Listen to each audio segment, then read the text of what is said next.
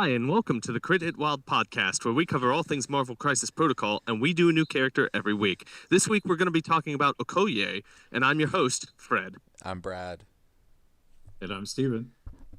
Hello, gentlemen. Brandon may be joining us later. He lost track of time, apparently, so he will be hopping on when he gets to a reliable internet source.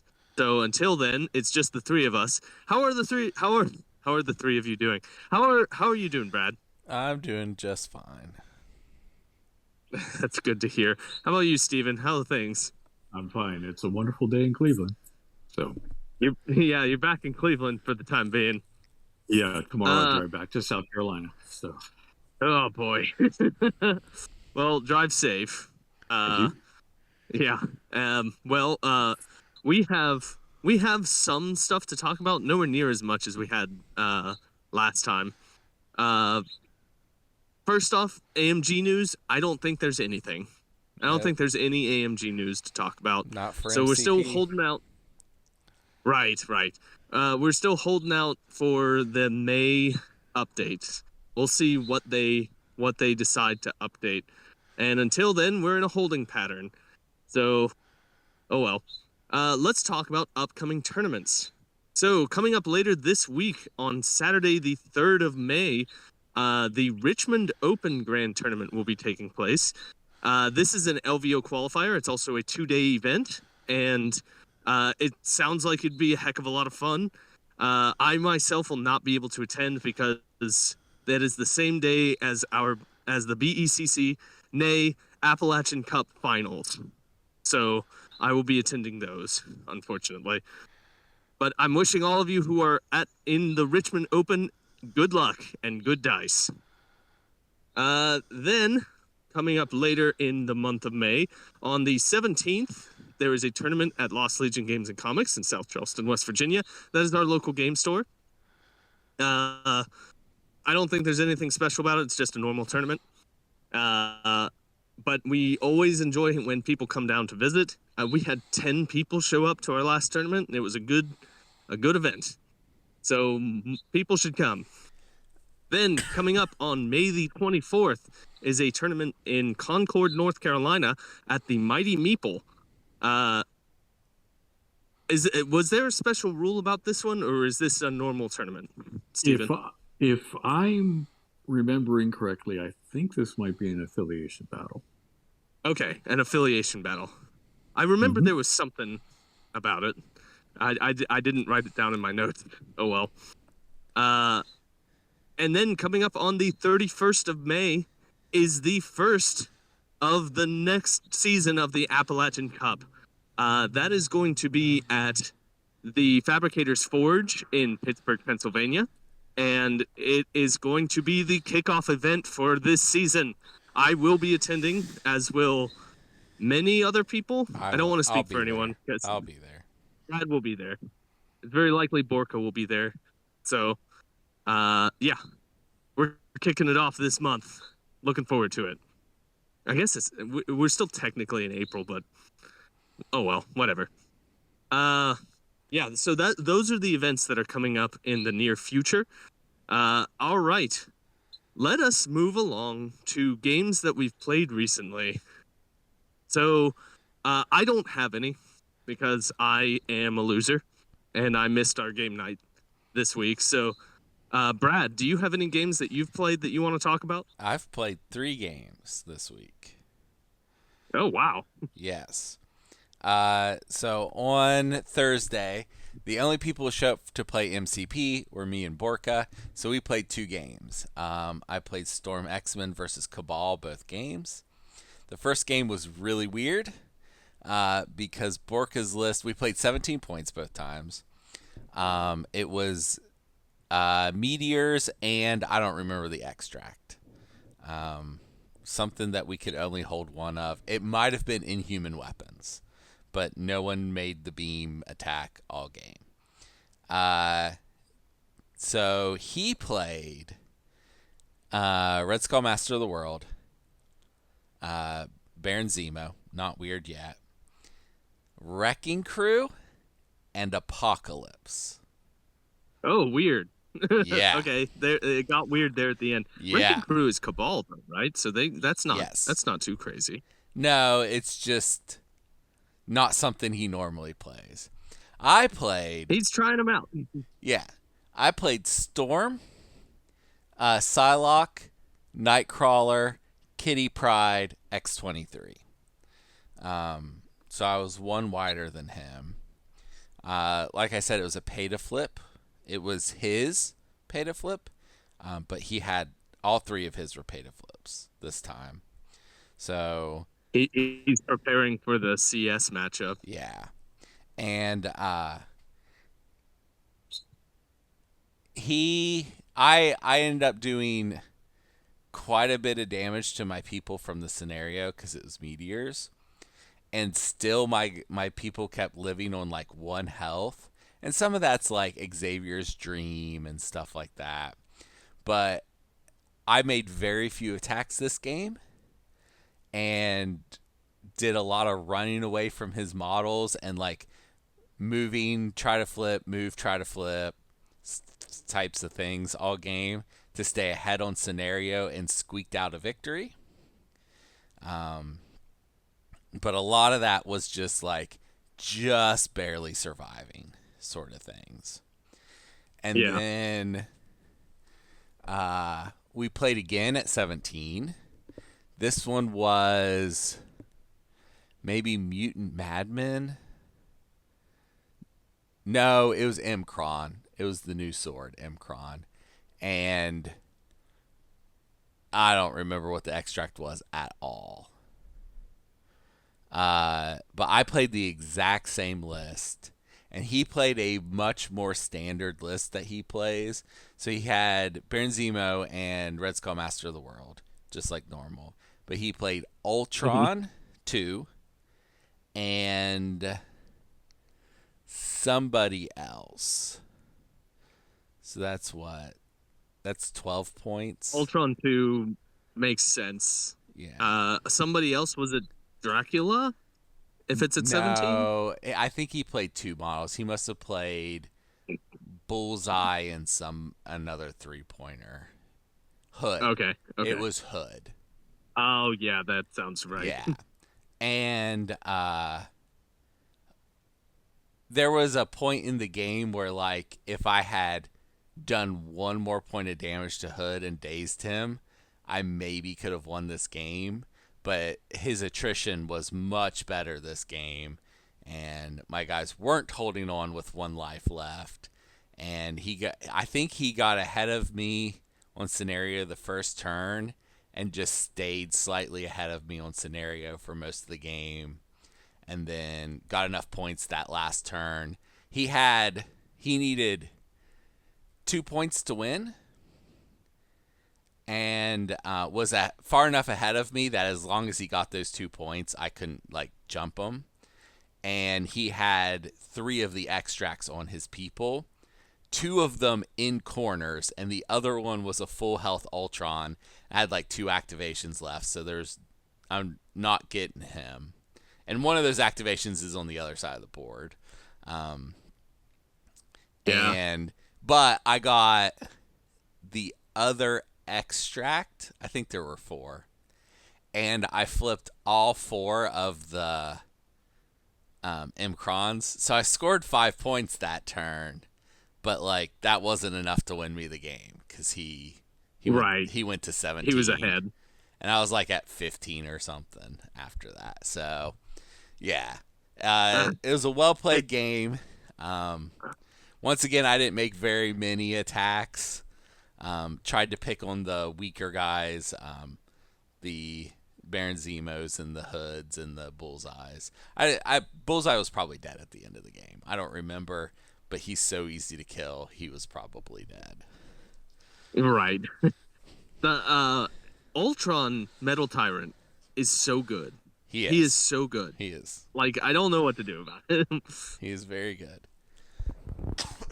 And then I played. Okay, so that was 2 games. That was 2 games. So that was Thursday, and then last night, I played a game with Michael. Michael was playing Hydra, and he he wanted to play against Apocalypse, so I got my Apocalypse out.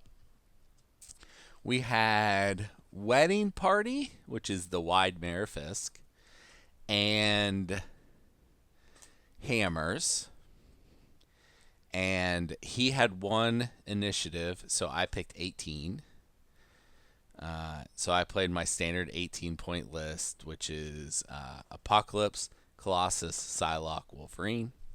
He played Red Skull 2, Baron Strucker, Baron Zemo.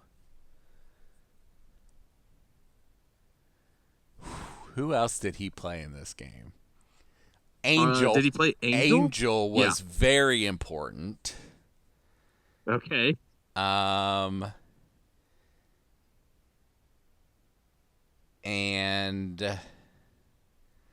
I feel like I'm missing a model. I think you are, but I don't remember. It's a 4, if anything. For 18. I may think of it later. Anyway, I end up abandoning one of the points, and it seemed like a really good idea at the time, because he had like 3 models over there, and I had 1, and I just retreated. But then I killed his grunts, forgetting that they could just like sit on that point and he could move those 3 guys that were over there over to my side, and then we're just all fighting on my side. So I didn't like that. Oh, it was Killmonger, because I had to kill Killmonger at one point. Okay. I left him at 1, and he fell back behind a building. And so instead of Apocalypse going onto a point, I had to get onto the building and finish him off because he was so full of power. I was really worried about him. Did he usurp the throne on Apocalypse? He did not. I got him before he could. Okay. So it was a wasted card. He did, I meant to say this at the beginning of the game, he did play the Hydra card, where if you are securing all of the secures, everyone on your team gets a power, and you get a victory point. And so he High Command? No, not High Command. Is that not? It's World Domination. World Domination. Yeah, that's it. World Domination. So he had priority, so he went with Red Skull 2. Oh, he was playing Strucker Leadership. So all of my guys had a bunch of conditions on them, and his guys didn't. Even though I was the one putting them out. Right, it's good tech into Apocalypse. It was very good tech. Anyway, he went with Red Skull 2. He double moved Red Skull up and the grunts up. There's only 2 secures. Immediately plays the card. Yeah, just immediately gets it. And so now he's got all his characters that have charges are now online. Turn 1. Okay. Just like Brandon's been doing with Dormammu. So that was a good play. And there's a lot of confusion at one point in the game with mostly the onlookers that had gathered around the game about who was going to win, because I had figured out that I couldn't win that turn and thought that Michael could, but then we figured out Michael couldn't. And by then I had forgot why I wasn't winning. So I was like, well, does that mean I win? And then it turned out no. We just tied at 15. Right. We both just tied at 15. And then the next turn, Michael did everything he could to keep me from winning that turn. Then the next turn, I score all 8 points on the field to his nothing. And it doesn't look like it was a close game after that. But it was. Right. It was very close. Right, it could have gone his way had he snuck one more victory point out. Yeah. But it was very interesting game. He At the end of the game, he still had Red Skull 2 dazed and Strucker dazed on the field, and then nothing else. And I had Yeah, you had taken them all out. I had a flipped Wolverine, and Psylocke had just flipped, and Colossus had just flipped, and Apocalypse was still healthy. So I definitely won this game on attrition. Okay. The Angel was important. I mentioned that earlier. His card, Ultimate Sacrifice, is so good. He took a hit for Red Skull, and if I had dazed him, it would have healed Red Skull to full. But I failed to daze him, which worked out for me. Which was good for you. That was really good for me. I had forgot that card heals the model that you are bodyguarding for. It's really good. Right. That's a nice little benefit because if you daze, then you get a good benefit. Yeah. And if you don't daze, they whiffed. Yeah. You're okay. Yeah. Well, if you daze with Angel, you come back as Bad Angel. Well, you Archangel. can. That's a different card. So you'd have to take 2 cards I know. to do that. But still, I mean, it seems like a good benefit all around his cards, at least. Yeah. Yeah. Yeah. Those 2 cards are very interesting cards. Yep. All right. Well, thank you, Brad. Steven, did you have any games that you wanted to discuss? No, unfortunately, our tournament did not go off up here, so I just ended up spending a bunch of money on a bunch of models that I'm going to paint. So Okay. All right. Okay. Well, then, speaking of a bunch of money on a bunch of models, we had a listener reach out with a very good idea.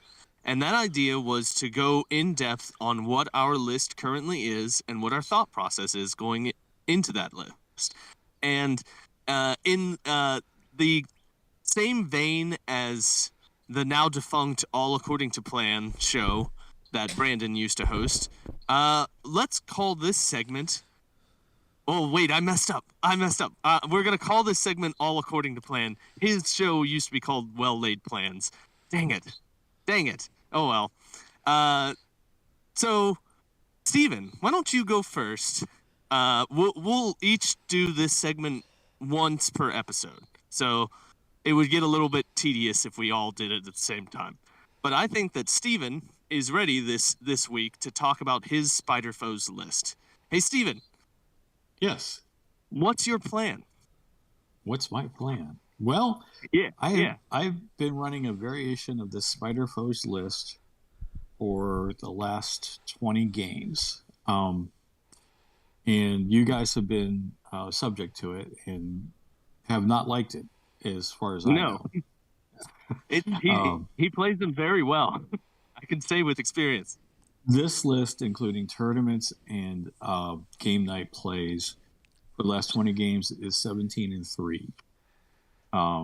And I play it a certain way, and there are things I'm learning all the time about it. So what I'm going to preface is that this list is always in flux, but there are a few mainstays about it that will not change. So the Spider Foes list I run starts obviously with Green Goblin.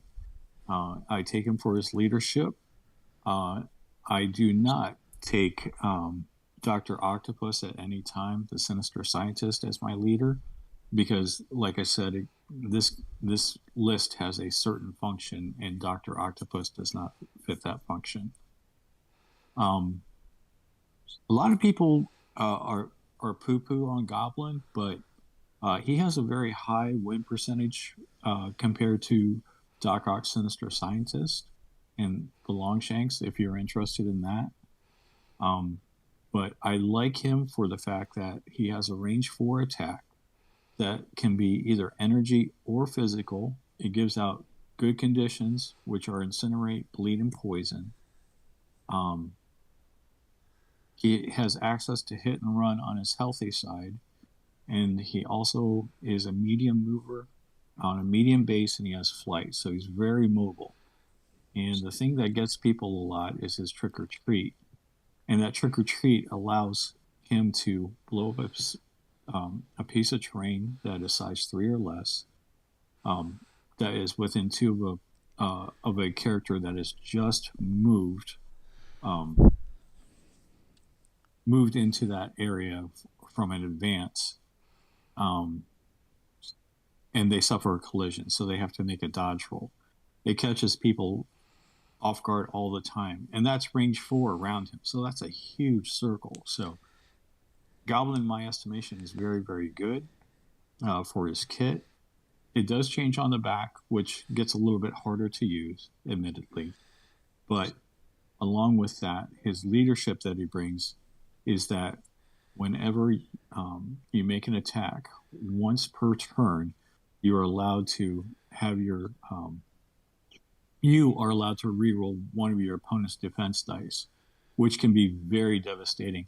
And this is after almost everything. So the sequence goes is that you modify your dice, and then the defense person modifies their dice. And then in this third step that I'm saying right now, you modify their dice. This is when this happens. So this is after their rerolls have happened. So you can, and if they're surviving on 1, it's kind of a little giggle saying, oh, you have to reroll one of those dice. And they're like, oh, geez. No. And then your opponent gets to modify your attack dice, which is under things like Amazing Spider-Man's witty banter. So do you have any questions about Goblin? Yes. So, I am a huge fan of Green Goblin. I used to play him when I played Spider Foes as well, but I never did his leadership, mostly because I would 100% of the time forget about it, because the timing of it is outside of my normal thought process. Like, I'm not thinking about it at that moment in the game. I guess my question is, how do you remember? Like, what do you have any? Usually, after the people have rerolled the dice, your opponent, you ask them if they have any defensive rerolls and they're living on 1. That is when you use it. Because you'd be like, oh, you're on 1. Reroll one of your defense dice, please. Okay. And you just gotta remember in that moment. You have to remember. In that moment, you have to remember. So that's your trigger, basically. I mean, if they have 3 or 4 health left, I mean, it's neither here nor there. But usually, a lot of times with the Spider Foes is they move and they attack. So with that one attack, they're only going to get to trigger 1 time. So you might as well use it anyway, too, in that situation. Right. Another issue with Green Goblin is he changes so much on the back side of his card. Well, I would say he is different, but you gotta think in a different mind style. Then is that he can't pick up or interact with objectives, so that is the downside. He gains a lot of power though, and his pumpkin bombs go from a 5 dice attack to a 6 dice attack on a 4 threat, which is very uncommon, which is very good. And then he has a glider ram, which is basically a pounce, a medium pounce, which he's a size 3 on a medium base, and the only other one that has that is a 6 threat character. Right. Yeah, I do love I love all the stuff on the back of his card. Also, his spender reduces in cost on the back of his card. That is correct. From a 4 to 3. But he only has 5 health, and I find that he just dies, and his defenses go down. They go to like 3-3-5. Yeah. So, but that's what if you want, that's what a survival card can help you with. So that is true. That is very true. All right, so getting onto his crew that I've assembled for him. First is Sandman. I love Sandman. Sandman is fantastic. He's hard to use. I think that's why I enjoy him, is because it's that mind game of like, well, how do I apply this to that? He is probably your largest damage dealer in your roster, besides besides other splashes that you can bring. So for the spider foes, he's probably the most damage dealing. He brings grunts, and they're great because they can block lanes for throws and stuff like that. And the fact that they don't take collision damage means that they're kind of sticky and hard to take off. The displacement that the grunts can give, and also that he can give on his beam attack, is any size, any direction, which is very huge and very key. Like I said, his damage potential, his spender is 8 dice, potentially going up to 12 dice if he has 2 grunts around, and that can knock a lot of things out of the game. And his movement with his grunts is insane. He can get across the board practically just by spending 6 power.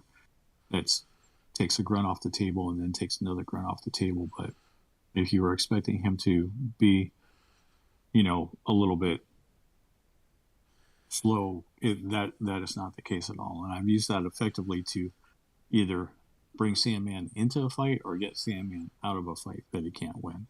So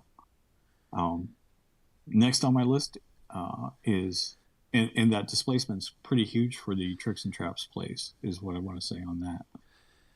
The next person I'm bringing is Venom. He is also probably your second best brawler. He is essentially a trap character with his attack back. I count that as a trap. He can heal himself for a great deal. He has a great tactics card in Lethal Protector, obviously for something like your Green Goblin who's on his backside. And he has optimal displacement in that he has a web snare that can drag people off of points and that will move them medium. He also has a throw. Any questions on these two characters so far? No, I love Sandman so much, and I needed to play Venom a lot more than I did. That's all I'm going to add. Okay. All right. Next, I have the 3-threat Doc Ock. As I stated before, I don't run Doc Ock Sinister Scientist. Surprisingly, he is better than people think. His counting double hits for his wilds on his base attack is really nice, and it catches people out sometimes. And then he has his range 4 energy attack that ignores line of sight and cover. That catches people out also. His displacement's not quite as great as the two mentioned before, but it is size 2, so he can throw people off points. His tactics card with Green Goblin, Well Laid Plans, is such a fantastic card. You don't take it all the time, but when you do take it, it can be game breaking. And he's also a medium mover, medium base wall crawler, so he can get anywhere that he needs to. This team tends to be very, very fast with a lot of medium bases in faction. Indeed. Should we real quick go over what Well Laid Plans does? Sure can. Well Laid Plans. If Goblin and Doc Ock have 3 power, they can spend that power, and then they will roll 5 dice for each character that is holding extracts. On a crit and a wild, those characters will take damage, and if they take damage, they will drop those extracts. I tend to use this card at my last activations. So if I'm last acting, and let's say we're on something like Senators, where I have 3 guys and they have 3 guys, and my Doc Ock has 3 and Goblin has 3, I will pop that card to make them drop their 3 to give me a points advantage. Yeah, I love this card. I used to play Doc Ock Sinister Scientist all the time, so I didn't get a chance to play this card, and I missed it a lot because this card is amazing. Mm-hmm. Yeah, it can win you games. So, next up, I have Craven the Hunter. He is mainly here to enhance the team, and he is your essentially your best 3-threat brawler in affiliation. He can easily trade up in his threat value, so he can take on 4s and 5s and 6s sometimes by himself. That catches people off guard. Expert Tracker is his greatest asset in helping the rest of your team. He also has Corner of the Beast, which can be sneaky good on some scenarios. So he's just very, very good, and he became really, really good with the new tactics card that came out with the last Spider Foes pack with Sandman, Electro, Shocker, and Vulture. So he's a great custom upgrades target. This is also a target where you probably want to use survival on, because once Craven dazes one of their big models, he becomes a target really, really quick. So yeah. If people know what they're doing, they will not let Craven run around without being attacked. correct. If he's allowed to do what he wants, he will kill stuff. Mm-hmm.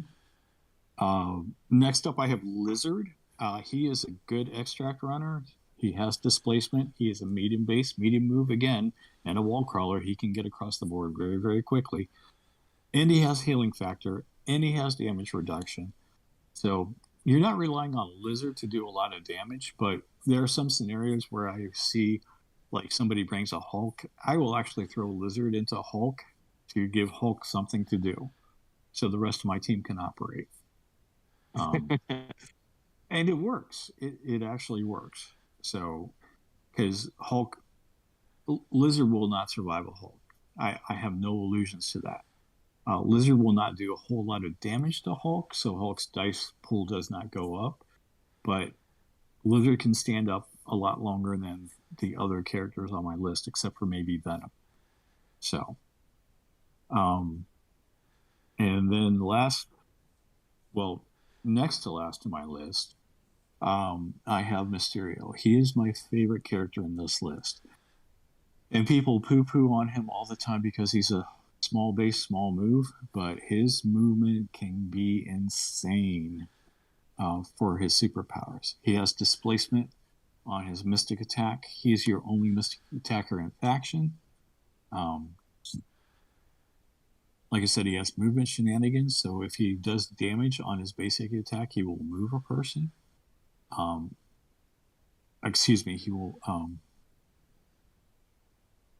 He will move that person, and then if he has enough power to trigger his tricks and traps, which is his next power, which cost him 3, he will roll 4 dice. On crits and wilds, he will do damage.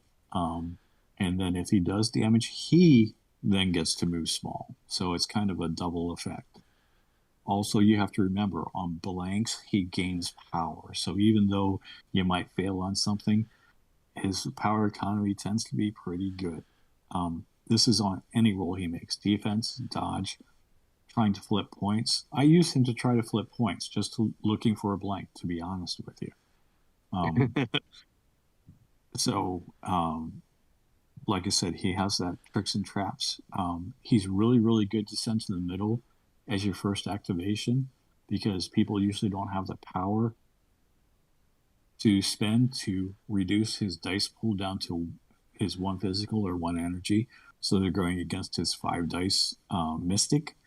His 5 dice Mystic is always active for throws, which is great, because if somebody is a move, and throw something at you, he can usually survive that pretty well. And he has 6 health on the front of his card. Correct. Which and is he has, like a lot more than I thought he would have. He has stealth. So not only is he doing that, he's sapping power from the other people who are wanting to attack his lower defenses. And then that pairs really well with Venom, because when they do that, you can activate a lethal protector, and then all of a sudden they're attacking Venom, and they've lost 2 power in the exchange. And plus, he has a game-changing tactics card. Every time I've played this card, every time I've taken Mysterio, I have won the game. In those 3 losses, I can state this is when I did not take Mysterio and I did not play the card. So, any questions? Okay. So, what is the card? I know what it is, but you haven't said it. The Grand Illusion. So, for 4 power, Mysterio spends. He activates this card. In his active even when he is dazed, which is quite powerful. So anybody within 3 that rolls dice, any of their crits do not explode. So it's like a super hex. Also, then Mysterio turns those criticals into skull results, into failures after the roll is complete. So it is very devastating, and it catches people out. And even friend of the show JP complained about this card. He goes, "This card should not exist." So it is really like it will ruin a game plan entirely. It is surprising how much damage this card does. I will say, anecdotally, Mysterio is the character that I have been the most wrong about in the past. I think maybe ever. I used to think he was garbage because I couldn't make him work. He is 100% not garbage. He is outstanding, and I didn't realize that until late in my career playing Spider Foes. So I really missed out on playing a lot of Mysterio. yeah, my 8th character that I have, which kind of flexes out a little bit, depends on my flavor, but is actually Electro, and I have him because he's a range 4 energy attacker. You don't have a lot of range with Spider Foes. They're what you would call a mid-range team, but that 4 energy attack, even though it's 5 dice, comes in handy.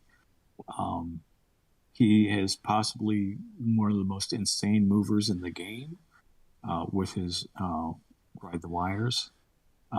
He's also a Tricks and Traps character, so if somebody moves within 3, he can trigger a Tricks and Traps, which goes off on hits and criticals. Also, when he takes damage and he survives, if the character's within 3, he will give them a damage and shock. So, I mean, he does play in the Tricks and Traps quite a bit. So, Spider Foes, even though they don't do a lot of damage up front, it's just that chip damage that keeps wearing the opponent down and wearing the opponent down. So, the other 2 slots that I have are kind of flexes. One, I would suggest that you might want to look at a splash for a 5 threat to make list building easier on some of those odd points. You can also look at a 2. So I've experimented with Ghost Rider, who seems pretty good because he has kind of a traps play with the with your other allies being attacked, and if your opponent rolls critical, he can pay power to do damage to them. That's worked out pretty good. But also, I've tried Amazing Spider-Man with them. He tends to do pretty good with them, but he also gives you that medium base long mover that can do extract plays. But witty banter comes in quite handy with this team, I would say. And it's probably just either Chameleon or Craven in disguise anyway. True. But other people I want to try that I have to get painted up, I would like to try Mephisto in the 5 spot. I think he would be interesting. Dracula or Loki, Prince of Lies. So I think one of the issues that you have is that you don't have a lot of variety in mystic attacks. And all these characters that I mentioned do give mystic attacks. So that would be, that would be my personal opinion to go towards those characters that have such attacks. But leaving 1 slot left to be variable, I mean, it's to your taste. I've run Shocker in a 3 spot. I've run Punisher in the 3 spot. Punisher is really, really good with his Blood Red and Personal. So if you're doing the attrition type game, which Goblin's leadership can lend into, Punisher has self movement. He's got a range 5 spender that's pretty good. He's got an automatic rapid fire attack, but getting points for KOing people, Punisher doesn't have to KO them. It's anybody on the team. I have Hood, but I have not tried Hood in the list for some healing to make these tanky boys stay around a little bit. And currently, right now, I'm trying out Taskmaster because the reason being is that if you include him, he's a rogue agent. So if you include him in, like, say, one of your fives that is not a spider foe, he doesn't create list building problems. So it just makes it a Right. little bit smoother. And of course, for the twos, I would recommend Rocket Raccoon or Bullseye. I do have Bullseye, but I'm not playing him in this list currently. But he might be an addition later on. So those are the current characters I'm running. Like I said, I usually run 7 solids with that 8 flex for a spider foe, and then 2 various splashes to come in and kind of fill some gaps and fill some holes, but also contribute to the plan. So, Okay, Stephen, thank I, you very much. That was great. well, I do have a couple more things concerning tactics and crisis. Oh, okay. If you like. Go ahead. Go ahead. Yes, please. Sinister traps. Obviously, everybody knows it. I love sinister traps. It's not an every game card because if you see like a Weapon X team, don't play it because they have healing factor. They'll survive. But sinister traps allows for you to deter like Spider-Mans and Namors and Angelos from stealing the middle objectives. So it's really, really good for that. Surprise Webhead is like their Siege of Darkness, except it's only for one character. As you stated before, Fred, you have no Hulk problems now because of that card. So Right.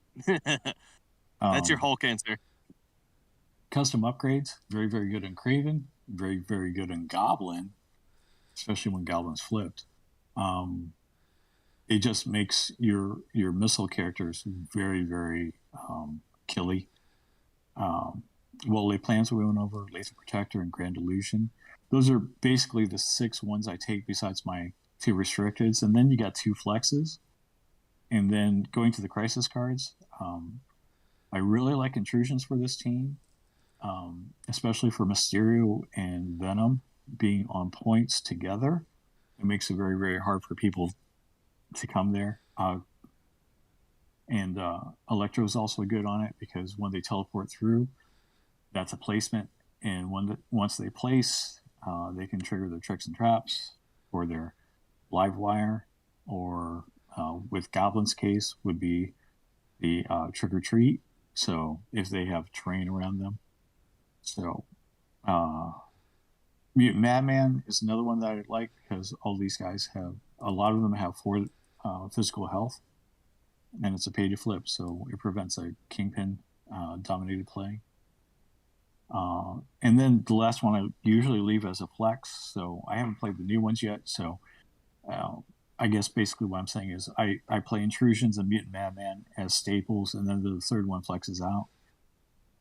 For my extracts, I play Spider Infected. This is specifically for a Craven play because if he has Corner of the Beast on you and you're moved by Spider Infected, you will take a damage. And then you will trigger tricks and traps if Mysterio and Electro have power on them. So just be warned of that. Mutant Extremist, I tend to play this because it's 6, and that's a Doc Ock Goblin play.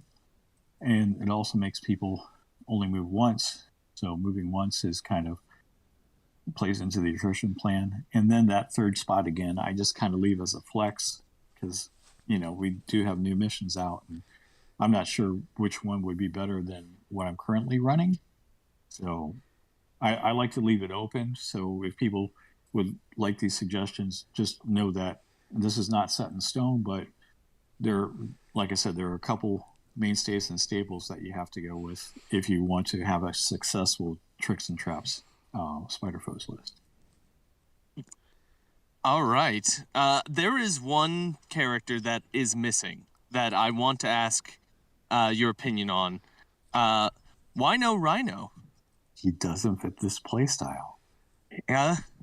He doesn't fit this playstyle. If I were to put Rhino in here, I would probably drop Electro. Okay. Rhino is not an attrition player, and he's not a tricks and traps player. He's more of a scenario player, and that's more of a Doc Ock Scientist Supreme leadership play. Yep, can confirm. If I'm being honest. And everybody's like, well, he has a size 4 terrain throw. Well, usually on boards, there's only usually one size 4 piece of terrain. And I'm not worried about it because I'll usually run Brace for Impact. Somebody throws that, it's gone. And then Lizard and Venom have size 3 throws. So everything else is available. So I don't put that much truck into the fact that Rhino has a size 4 terrain throw. It is nice to have, but like I said, I usually save a Brace for Impact for that and then go from there. All right. Thank you, Stephen. That was great. Excellent. That was his plan in All According to Plan. All right. So I think that we should do trivia next. And I also know that Brandon has joined us. Is that correct? Do we have a Brandon? Yes, we do have a Brandon. He did join us during that talk. I did. All right. Let's do a trivia. I just didn't want to interrupt or bother anybody. Well, I'm just wondering what Brandon has for feedback and Brad have for feedback on the Spider Foes. Oh yeah. I'm just. I'll go first. I really like the whole setting up rakes thing that you've got going on for your opponents just to stumble into and hurt themselves. I love that. I've tried to do that with Hellfire and a couple other factions too, and I think this is a really good version of that. That's all I have. Okay. I like that. I like that agree. a lot. It is laying down rakes for your opponent to step on. Yeah. So, any feedback you have? I liked everything. I think a splash character that I would always highly consider is Black Cat, just because you can stagger consistently, and Spider-Foes does a really good job in the attrition, like taking away kind of what they're trying to do. So adding stagger into the mix plus an objective runner is really beneficial at that 3 threat.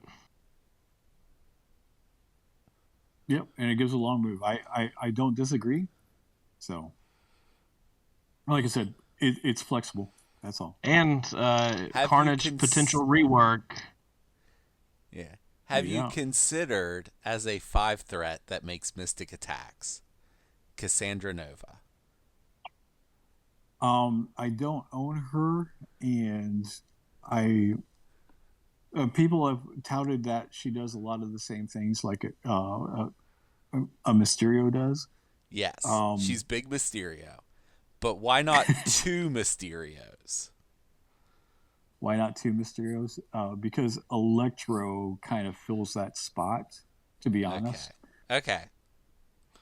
So, because I really thought Brad was going to be a jackass and say Jean Grey. Why would I say Jean Grey? No, I'm thinking somebody like Dracula, because he has a bow, basically, where he can advance somebody, and then Goblin, Mysterio, and Electro can go off with their traps. He also has all the 5 threats mentioned. Dracula is your best option. He also has the attack back like complete personal Venom. bias. What's that? I said he also has the attack back like Venom. Correct, but Loki, Prince of Lies, is also a very, very intriguing option, also for a mystic attacker, and so is Mephisto. So I have to try all of these. But I know Fred thought Loki was a good option at one point because he bought the box. We've had this discussion already. That was off air. Oh, that was off air. Yes. All right. So, but all good suggestions. I'll experiment and see what happens. But like I said, those 7 to 8 characters are kind of locked in for me. So yeah. That's a really good place for a roster to be. Mm-hmm. Thank you, Steven. Let's move on to trivia. Hey, Brad, do you have any trivia for me today? I do. This one, the characters and theme were given to me by Steven, so he is not allowed to answer the questions, which means, Brandon, you have to pay attention because you're the only one that can save Fred. I feel like that's a lot of pressure to attempt to save Fred here. Okay. So here's how the game works. I'm going to give Fred a piece of trivia about a character who's represented in the game of Marvel Crisis Protocol. He is going to guess who that character is. If he gets it right, he gets 3 points. If he gets it wrong, I'll give him a hint. If he gets it right after the hint, he gets 2 points. And then Brandon gets to try to save him for 1 point. Fred needs 5 points to win. I feel like that's down a point from last time, but it's been rough. I think that was what it was last time, too, Okay. and I still didn't get it. Okay, so Fred, here's your first clue. This character was once babysitter/nanny of Danielle Cage, the daughter of Luke Cage and Jessica Jones. She got the job because of her proficiency in defeating some of the toughest villains in the Marvel Universe and even some heroes, like Doctor Doom, Thanos, and Iron Man. Is this Squirrel Girl? Your hint. This character's powers are of unknown origin, and she's a computer science major. Was I wrong with my original guess? Yeah, Squirrel Girl was right. Okay. You got 3 points. You just need 3 more points to win. Next question. It was Doctor Doom. Is that what gave it away? I know she beat. Yeah, that's what gave it away. Yeah, the last time the clue was that she was the only person to canonically beat the real Doctor Doom and not a Doombot. So, Mm-hmm. all right. Fred remembered something I told him. All right, your next character. This character's mother reportedly threw this character off a waterfall, but this character survived and was raised in the circus by gypsies. It was later revealed that the waterfall incident never happened, and this character was just left for his adoptive mother. At the same time, it was revealed that this character's birth mother was actually his father. What? What? What? Okay. So, who could? Is this Nightcrawler? Your hint. This character I think that is, yeah. was once rescued by leprechauns after being knocked out. This character also got trapped in another dimension where he got to live out his fantasy of being a pirate, although it was a fantasy air pirate. It was Nightcrawler. It is Nightcrawler. So currently you have 6 points. You just need 2 more points to win. Moving the goalposts. Okay. Okay, Fred has 1. Let's see how many points he can rack up. Okay. This is a rare occurrence. This trivia is too easy, I guess. A female version of this character appears in a recent adaptation of Spider-Man, working for Norman Osborn. There are no hints of her transformation to a villain, though. Working for Norman Osborn, a female version of this character. Is this Venom?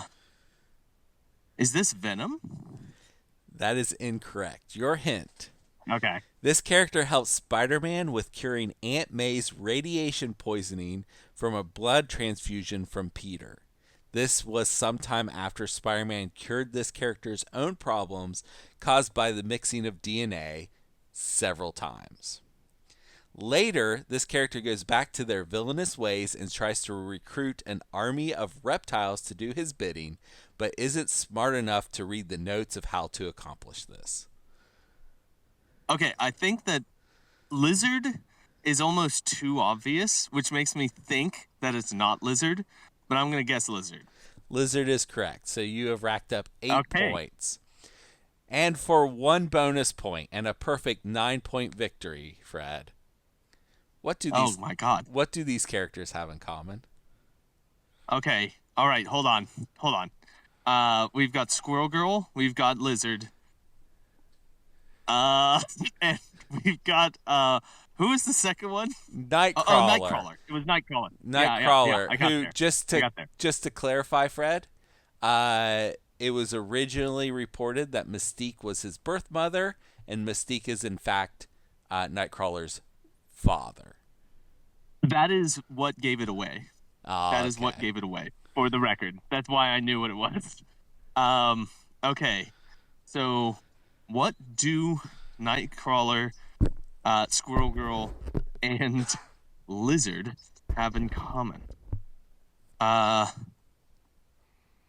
Do they all... Hold on just a second. Let me think.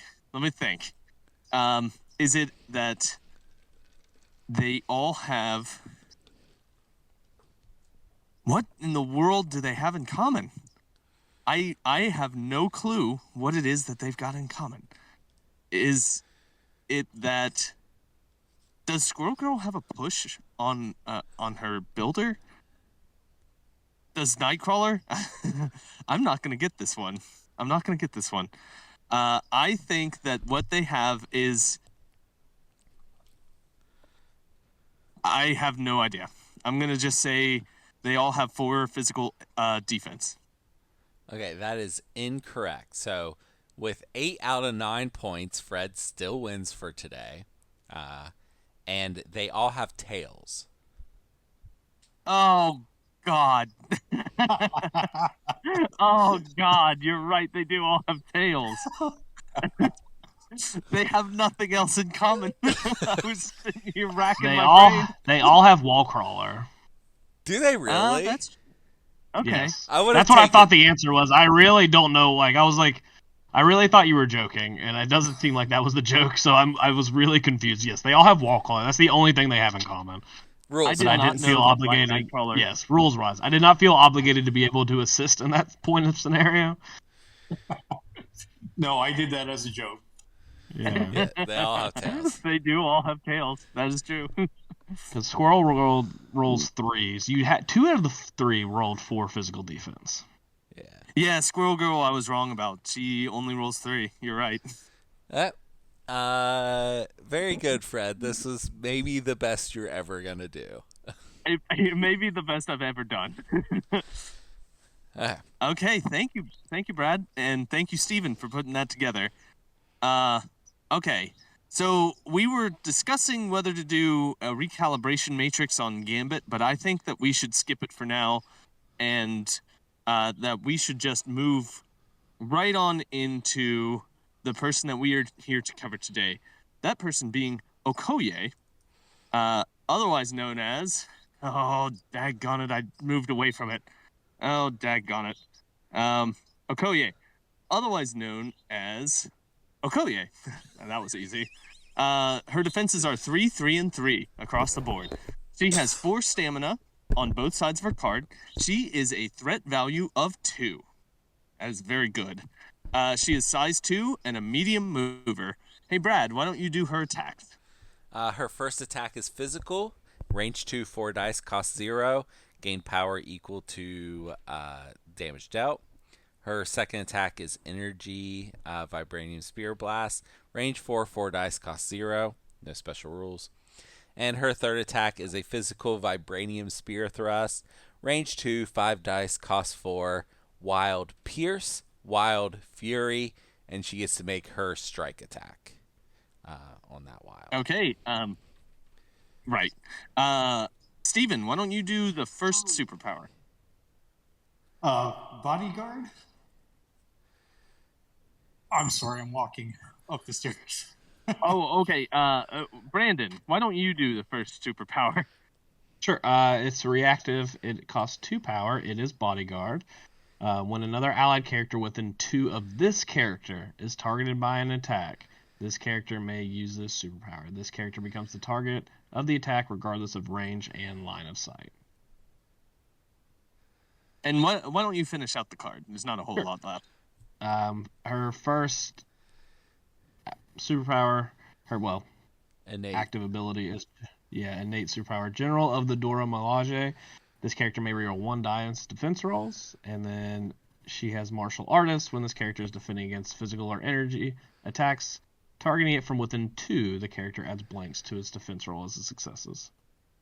Okay, that is Okoye, and my first thought is Wakanda, even at 2 threat, has really good models.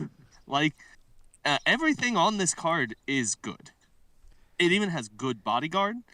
Uh, I really think Okoye is underplayed right now. I think she's great, actually. Brad, what are your thoughts here on Okoye? I think she's excellent. I've played a lot of Honey Badger, who has some similarities. She has a worse version of Bodyguard. She's way less defensive, and she is really not that much more offensive for same number of points, and she cannot do anything with scenarios. Yeah, with a tremendous downside that Yeah. Okoye does not have. Okoye is like leagues above her.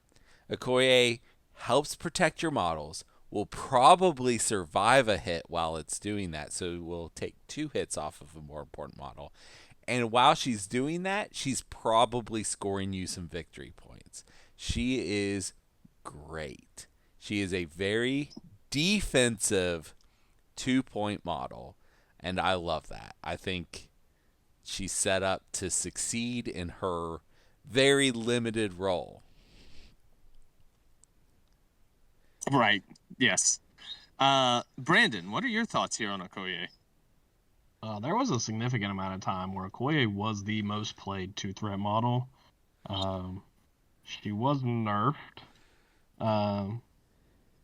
Couple things changed on her card. I don't remember exactly what.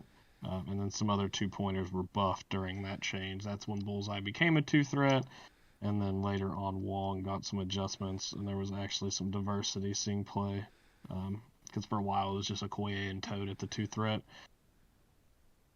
But, yeah, I mean, she's great. I mean, she's one of the reasons that Wakanda's been one of the better factions since they came out, and they were the second box that came out, if I remember correctly.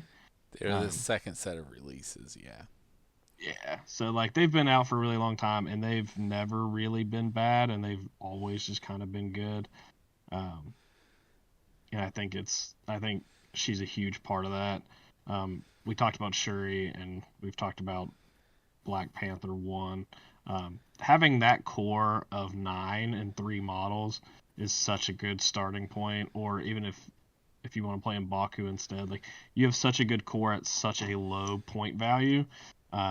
It just allows you so much freedom in list building, roster building, because she does, like I said, everything you want her to do. She's going to hit harder than a 2 probably should. She's going to survive longer than a 2 probably should, with the bodyguard and the reroll. And if you're playing Black Panther 1, she gets another reroll, or is that only offense? I don't remember. She gets a I don't remember. Wait, what was the Black question? Panther 1. Black Panther 1's leadership. I think it's either. I think. Yeah, so then like she's got 2 rerolls,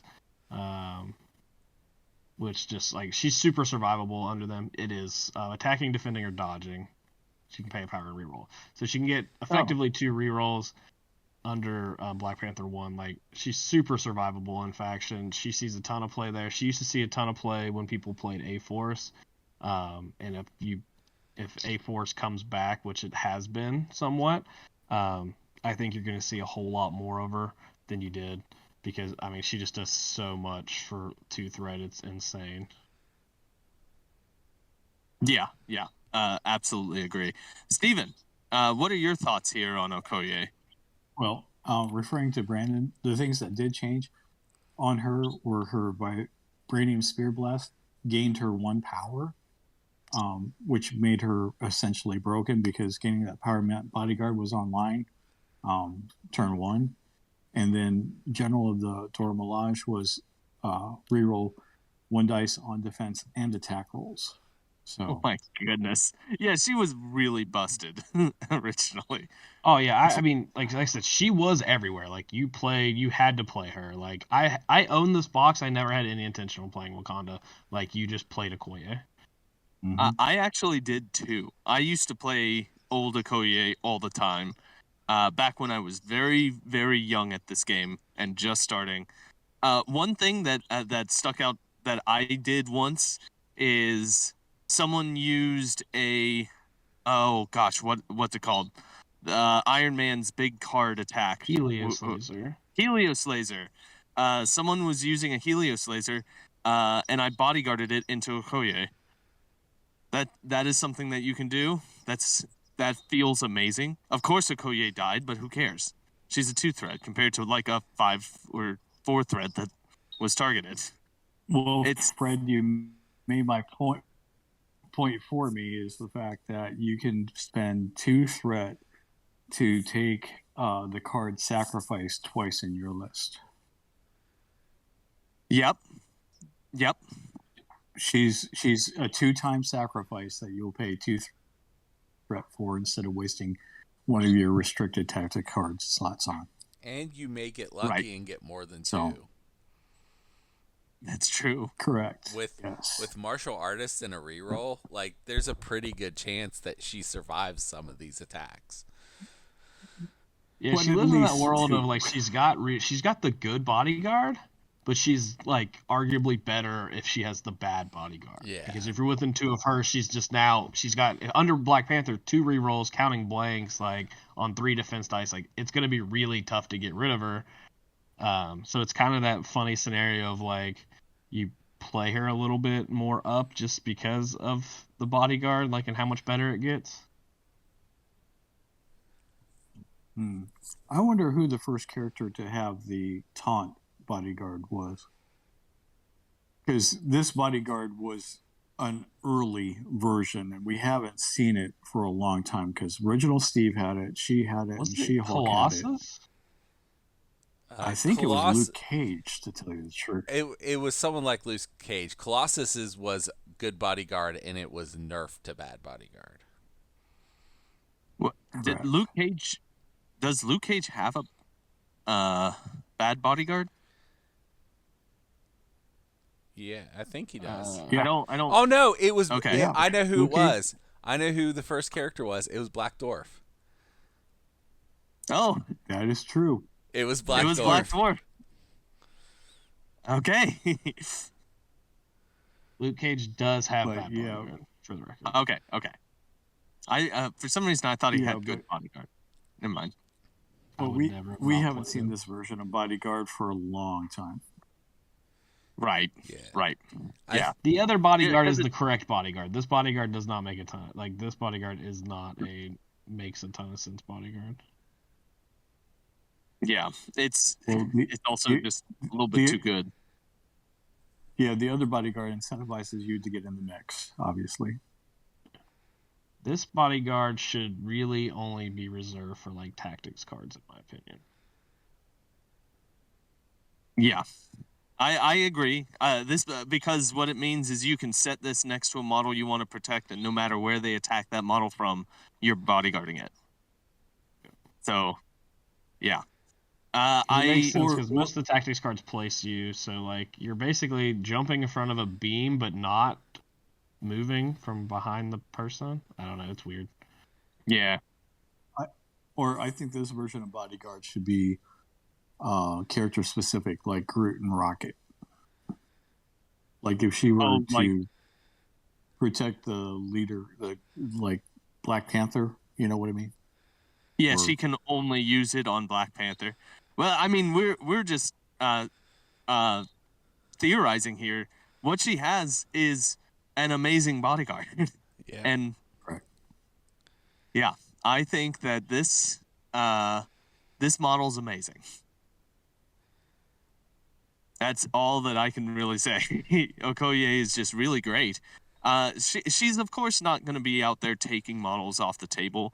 She's not really a hitter, but for a 2-threat model, she hits above her weight class, and her value on the field of battle is just it's incalculably good. She can take a major hit. Imagine her next to Mysterio.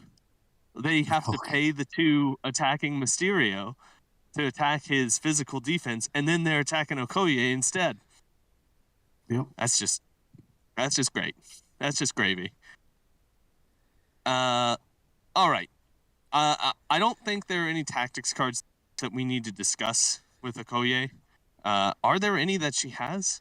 I don't think there are. I might be wrong about that. There are a lot of Wakanda-specific tactics cards, but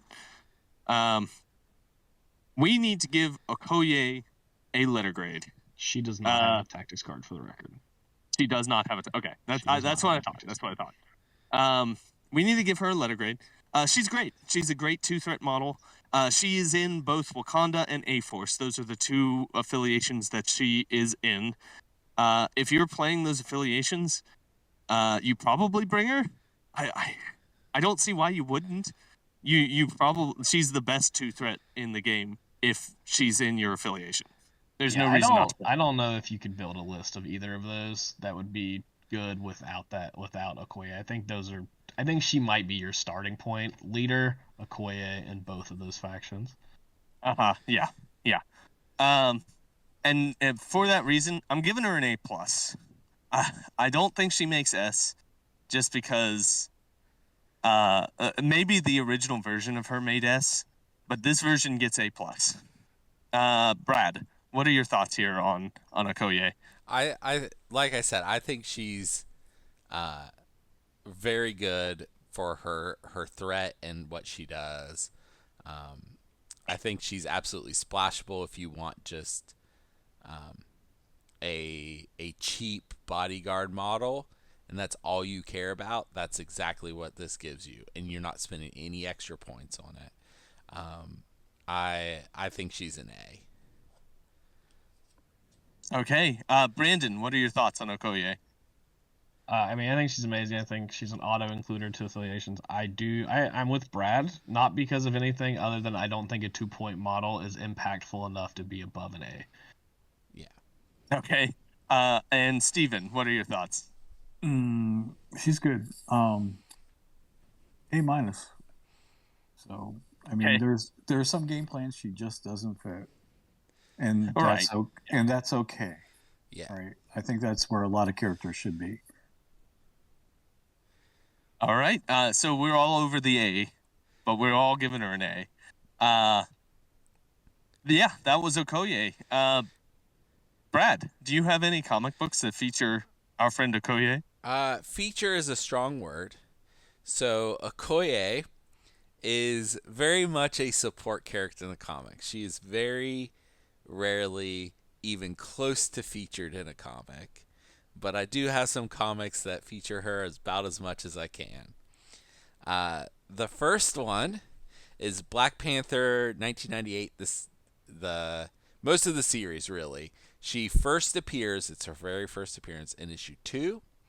And issue 34 in particular highlights her, but she is throughout this entire series. We're talking Christopher Priest and Mark Texera. And Okoye premieres as one of T'Challa's wives in training. She's a skilled fighter and a strategist, a member of the Dora Milaje, and she figures out pretty quickly that T'Challa is not interested in marrying any of these women, and very quickly accepts that and becomes a valuable ally to the Black Panther, supporting him in everything he does. And that's what this series is kind of about. Okay. And then the other recommendation I have is it was 3 one-shots, and they've been collected into one book now, but the crossover is called Wakanda Forever. This is Nettie Okorafor, Alberto Jimenez Albuquerque, Ray Anthony Height, and Oleg Ukanev. And this story is about Okoye and the Dora Milaje are on a mission to save Wakanda that takes them to New York City. And they come across Spider-Man, the X-Men, and the Avengers. But as friends or foes? You'll have to read the story to find out. So it's a mix of both.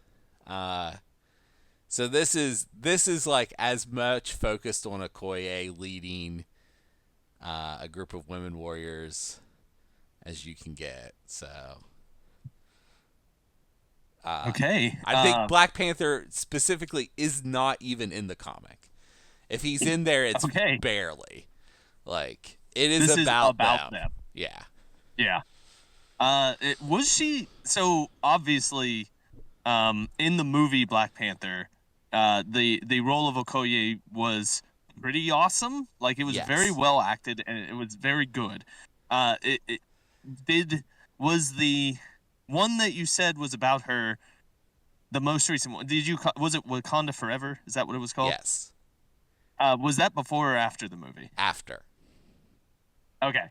Okay. Yeah. That makes sense. Yes. Yeah. Yeah. That. I think the movie just blew this character up. Yeah. Is The same. my The my same guess thing is what happened with Shuri. Is Right. she was a character in the comics that had a role, and then because of the roles they took in the movies, and them being cool in the movies, they came into more prominence and they were used more.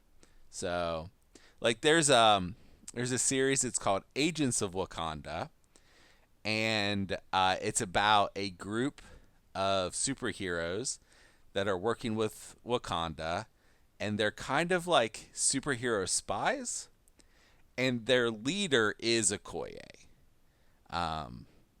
But it's various characters. I know one of them is Gorilla Man, who is a guy.